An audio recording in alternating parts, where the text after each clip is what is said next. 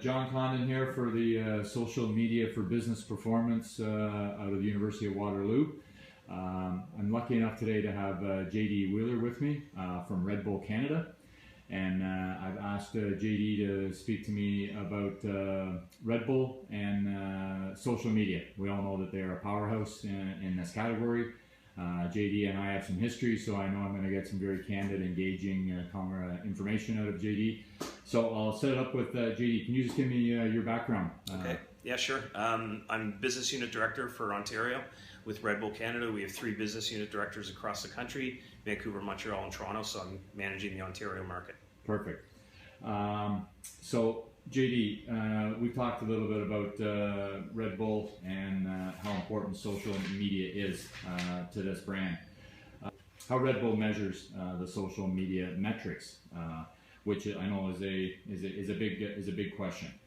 What I wanted to start with, though, is really the Red Bull consumer. How does Red Bull define their consumer?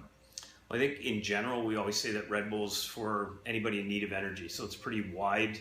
But when it comes to social media, it's often about the event. So if we're targeting the cycling community for an event like Race the Place that you and I talked about earlier, so a recent event, Red Bull Race the Place, cycling event in Toronto, will target that 18 plus bike community in Toronto. And it may not necessarily just be road cyclists, it could be fixed gear cyclists, anyone that's kind of in that bike community, and we'll get very targeted that way. So that's how, we might target a bike event. A skate event would be a skate demographic. Red Bull Crashed Ice would be a much wider demographic because it's not only the competitors that do it, but it's anybody that's into something like Red Bull Crashed Ice, which isn't one specific sport like maybe skate or cycling. Like, we get consumers and viewers from across the board for an event like that. Okay. Just to give the audience a little more perspective, when you mentioned Race the Place, what made that kind of Red Bull specific? Because I know the venue is pretty cool. The venue was pretty much the big story behind that one, and the format of the race. But the venue was at Ontario Place, so the place in Red Bull Race the Place was Ontario Place. We did the event for the second time this year. The first time ever last year that they opened up Ontario Place after closing it down after a number of years. They opened it up for outside events, and we were kind of one of their test projects. And since then, they're hosting a lot of music events. They did a Mud Hero. And they had our event back this year. So the venue is really cool to be on Lake Ontario, right downtown.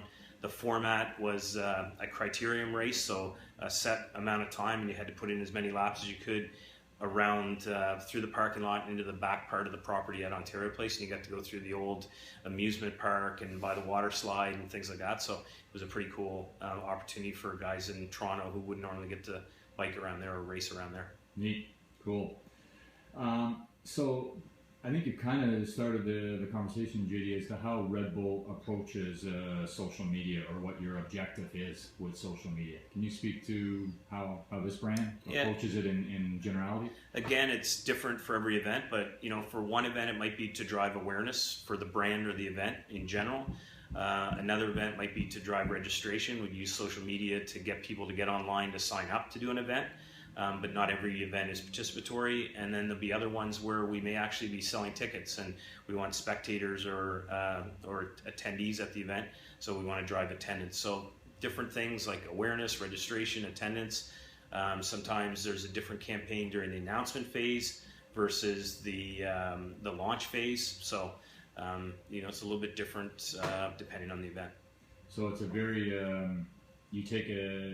it seems like there's not like one canned approach to social media at Red Bull, that you're very specific on the events you choose to align with, what you want your brand associated with, and then you market accordingly to that particular event or market. Yeah, I would say it's there's a lot of consistency. Maybe not every event's the same, but you'll see a lot of consistencies, and the way we do it for one event would be consistent to how it works for another event, but the other event has entirely different genre or a scene or participants or whatever. So, but we would still kind of have that same approach. And then the other thing that we're always trying to manage is that we're juggling multiple events across the country. So we have our social media feeds on Twitter and Instagram for Red Bull Canada, and we don't want to burn ourselves out and have people tune out because we're on too often or repeating the same message. So we have to make sure we have unique messages. We're not on there too often. We're on just the right amount of time, and that we're locally relevant for people too. So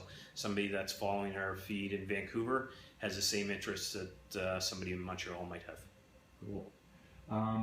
So I know we've talked about this, JD, and it's a tough one probably to nail down, but how do you measure the metrics behind gauging the success of your social media investment? Yeah, we definitely measure things, but it's hard to measure how we might monetize it. Like, do we do an event, and does the social media pay for that event, or did we sell more cans as a result? That isn't necessarily the most important metric that we'd say is how I'd probably say it. What's more important are the measures like impressions that everybody talks about. Probably not even the most important these days. Impressions are one thing, like how many people saw it or heard about it, but what we really want to know is how many people were engaged and what was the reach, but then even from reach, what was the engagement? So with engagement, how many people liked a photo, how many people shared a photo, how many people commented, and it's trying to have that social media engagement and really have sentiment there. So we measure that as well. So we actually look at the comments and the feedback on our events and on our Instagram feed, on Twitter and stuff, or what are people saying about it. Hopefully we want people to say, hey, this was a great event, we had the best time at it, we hope it comes back, things like that. And that's definitely what we look at too, but it's hard to put a dollar value on that or say that we sold X amount of more cans because somebody said this was the coolest event they've ever attended. Perfect. So on the sentiment piece, you mentioned just the amount of focus that Red Bull Canada has on listening to your consumers. There's I'm assuming there's people in this building that's what they do. Yeah, we have a digital team, and a team that didn't exist 3 or 4 years ago. And it's grown over the last few years. I've been with Red Bull since we launched in 2004, and we all know that Facebook was just getting started around that time. Wasn't even very common, and then Instagram and Twitter are much newer since then. So this team's developed over the last few years, and now we have a 3-person team in place. So they monitor that stuff. They're the ones that answer consumer inquiries, get back to people, collect the feedback, and try to share it with our teams that we execute the programs in the field. And it's like, hey, this is what people are saying, or this is what they're asking, and we can still move and react to it in time. Okay. Last thing, JD, we talked about one of the things our group has discussed early on in this course was the best media campaigns are a balance of maybe traditional media and social media and engagement. What are your feelings on that? Yeah, we still go that route. You hear a lot of buzz. People are saying that TV is not as important as it used to be, but I still feel, and we see data here that TV is very important, and it's if not the most important, it's one of the most important ones. But we certainly were up to speed on where people are going today too, and we're trying to do have the right mix of social media, whether it's with Facebook or Snapchat, Instagram, Twitter, whatever the latest thing is, to make sure we're there as well and have that right balance. Like, we would never replace a campaign around a big event like Red Bull Crashed Ice with just an Instagram campaign around it. We would have TV, we'd have above the line, things like that, but grassroots marketing and everything. So it's that real, we call it 360 approach. And right from the Wings team, when they're out doing consumer collecting and sampling, that they're talking about events and interacting with the consumer, to somebody will see it on TV at their home and everything in between. Perfect. Any change to Red Bull Gives You Wings? No, Red Bull Gives You Wings. The Red Bull gives wings to people and ideas. So Red Bull gives you wings, and every day we hope that we meet that next person, that they come to us with an idea, and we can give wings to their idea. And we hope that when people consume the product, attend our events or whatever, that Red Bull really does give them wings. Great. Thanks, JD. Yeah, thanks. Let's grab a Red Bull. Thank you.